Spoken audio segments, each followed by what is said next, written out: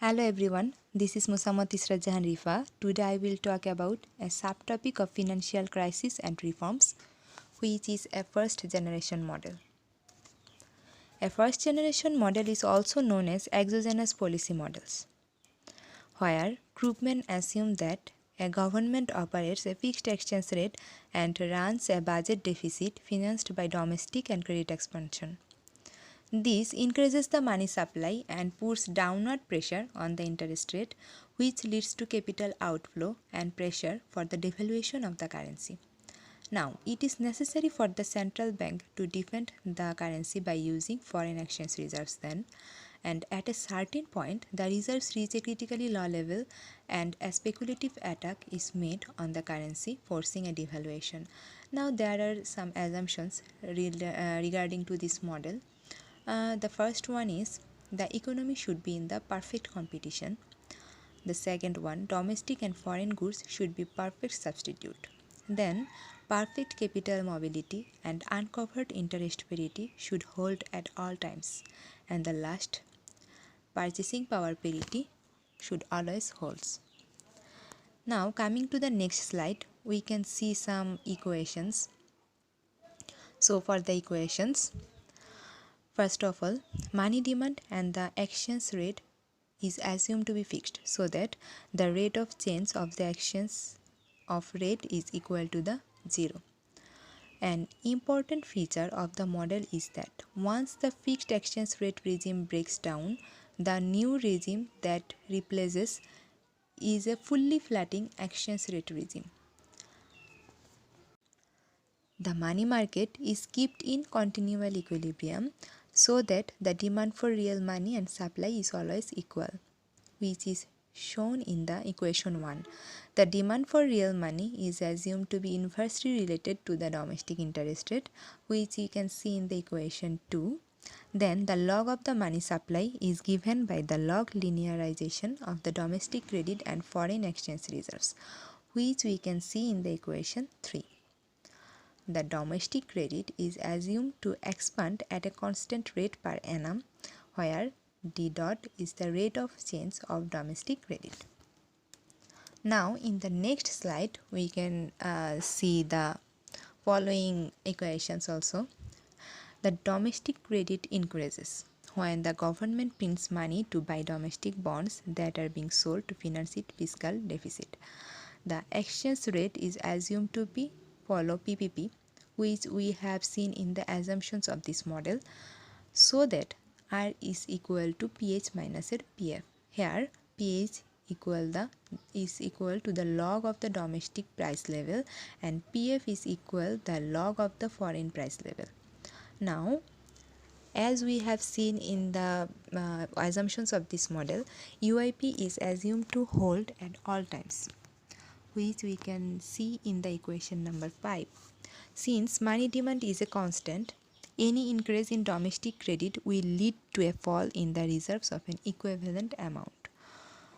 Now, finally, assuming that the exchange rate is fixed at R dot and del R equal to 0, the foreign interest rate at IH equal to IF and the foreign price level PF is fixed. Now we can substitute and can obtain the equation 7. Since we assume that PH and PF are fixed, increases in domestic credit lead to equivalent falls in foreign exchange rate reserves and there is no change in the money supply. Now, if foreign exchange reserves are falling at the same rate as domestic and credit expanding, they will reach a critically low level at some point. Then we can see the assumptions of Flood and Garver. Flood and Garver gave the equation in 1984 where they said that speculative attack will occur when E naught is equal to the EST, where E naught is fixed exchange rate and EST is shadow plotting exchange rate. Speculators make profit by purchasing foreign exchange at fixed rate and selling the foreign exchange at floating rate. Now, if the fixed exchange rate is greater than the shadow plotting exchange rate, then speculator would not profit. Hence, the fixed exchange rate survives.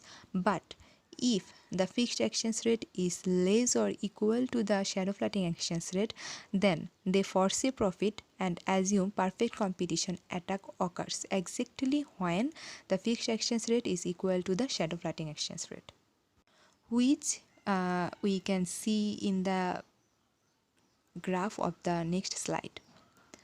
It is shown very nicely in this model of the first generation model. Here we can see that at the time of the speculative attack, the reserves are exhausted and fall by an amount. Hence, there is a discrete fall in the money supply of a like amount also. And interestingly, they both are negative. The effects are negative. There is also a rise in the domestic interest rate given by mu, so that I becomes I plus mu, and then inserting this into the money demand equation, we can find that there is a fall in the money demand. Now, since the money demand is kept in continual equilibrium, the fall in the money supply equals the fall in the money demand, which we can see in the equation number 8. Before the speculative attack, we saw that reserves were falling at the rate mu if the initial stock reserves is R0 and the time from the base period to the attack is T, then the level of reserves just prior to the attack must be R0 minus R mu T. It must be equal to the fall in reserves that occurs at the time of the attack, which we can see in the equation number 9. R0 minus R mu T is equal to the minus R dr. Here minus means the fall in reserves. Now, substituting this and rearranging to solve for the timing of the speculative attack T, we finally find the equation number 10, which is the main equation of us in the first generation model. Thus, the timing of speculative attack is greater the higher the initial level of reserves R0, and the lower the rate of the expansion of the domestic credit mu.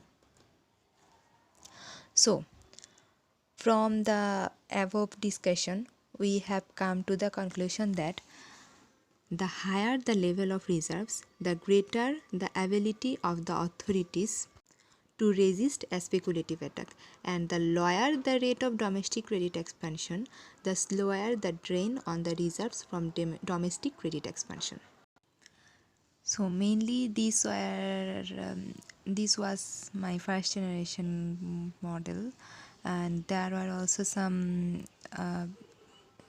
so mainly this was my first generation model explanation, and there were some criticism of the first generation model of currency crisis, like it was unclear whether a government that is committed to a fixed exchange rate regime would wish to pursue a policy of printing money to finance its fiscal deficit, or there were some other empirical problem also which gave rise to the second generation model. So the second generation model come to light. So this is it. This is my first generation model. Thank you everyone for hearing my video, and if you have any suggestions, you can give me. Thank you all. Goodbye.